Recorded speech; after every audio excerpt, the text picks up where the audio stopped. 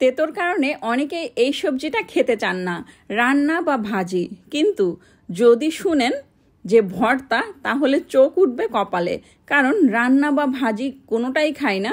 আর করলা ভর্তা, তাহলে তো আর কোনো কথাই নেই। আজকে করলা ভর্তা করব। আর করলা ভর্তা বা ভাজি বা রান্না যেটাই করা হোক, একদমই তেতো লাগবে না যদি রান্নাটা আপনি সঠিক নিয়মে করতে পারেন। করলা ভর্তা করার জন্য আমি এখানে করলা কেটে নিচ্ছি। একটা করলা আমি 4 ভাগ করে নিয়েছি। তো এভাবে আমি এখানে 3টা করলা নিয়েছি। করলাগুলোকে এখন ভালো করে ধুয়ে নিব। আর করলা খুব আলতো হাতে ধুতে হবে। অনেকে কচলিয়ে রস ফেলে দিয়ে তারপরে করলা ভাজি করেন বা রান্না করেন, একদমই ঠিক না। খুব আলতোভাবে করলাগুলোকে ভালো করে ধুয়ে নিয়েছি। এখন একটা প্যান চুলার উপরে বসিয়ে দিয়ে তেল গরম করে একে একে করলাগুলো দিয়েছি আর একটা আস্ত রসুন দিয়ে দিলাম। এখন এখানে দিয়ে দিব পেঁয়াজ এবং কাঁচামরিচ। আমি এখানে একটা বড় সাইজের পেঁয়াজ কেটে দিয়েছি আর কাঁচামরিচ দিয়েছি 5টা। ঝাল বেশি খেতে চাইলে ভর্তায় ঝালের পরিমাণটা বাড়িয়ে দিতে পারেন, তবে আমার কাছে মনে হলো 3টা করলা ভর্তার জন্য 5টা কাঁচামরিচই যথেষ্ট।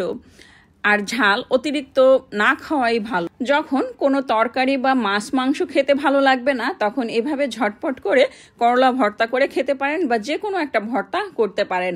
আমার কাছে তো ভীষণ ভালো লাগে এই করলা ভর্তা, একদমই সহজ এবং খেতে অসম্ভব মজার। আমি এখানে কিছু চিংড়ি মাছ নিয়েছি আর হলুদ লবণ মিশিয়ে মাছটাকে এখন আমি ভেজে নিব। ভালো করে ভেজে নিতে হবে। চিংড়ি মাছ যে কোনো ভর্তা দিয়ে করলে খেতে অসম্ভব মজার হয়। তো চিংড়ি মাছ ভাজা হয়ে গেছে, এখন আমি ভর্তাটা করে নেব। খুব সুন্দরভাবে রসুন সিদ্ধ হয়ে গেছে এবং করলাটাও খুব সুন্দরভাবে সিদ্ধ হয়ে গেছে। একটু সময় নিয়ে ভাজতে হবে, তাহলেই দেখবেন যে খুব নরম এবং সফট হয়ে যাবে আর ভর্তা করতে একদমই ইজি হবে। অনেক সময় আছে যে সিদ্ধ না হলে ভর্তা সঠিকভাবে করা যায় না, ঠিকভাবে করা যায় না। এখন রসুন, পেঁয়াজ এবং কাঁচামরিচ ভালো করে মেখে ভেজে রাখা করলা খুব ভালো করে মেখে নিয়েছি। দিয়ে দিলাম সরিষার তেল। কিছু চিংড়ি মাছ ভালো করে মেখে নিয়েছি আর কিছু চিংড়ি মাছ আস্তই রেখেছি।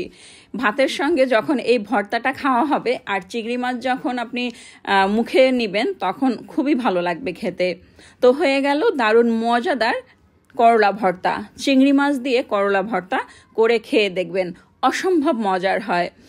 তো যারা ব্যাচেলার ভাইয়েরা আছেন বা যারা নতুন রাঁধুনি, তাদের জন্য একদমই সহজ একটা ভর্তা রেসিপি করে দেখালাম। রেসিপিটি কেমন লেগেছে অবশ্যই কমেন্ট করে জানাতে ভুলবেন না। আজ এ পর্যন্ত। পরবর্তী রেসিপি দেখার আমন্ত্রণ রইল। এতক্ষণ ধৈর্য ধরে ভিডিওটি দেখার জন্য আপনাদের জানাই অসংখ্য অসংখ্য ধন্যবাদ। সবাই ভালো থাকবেন। আজ এ পর্যন্ত। আল্লাহ হাফিজ।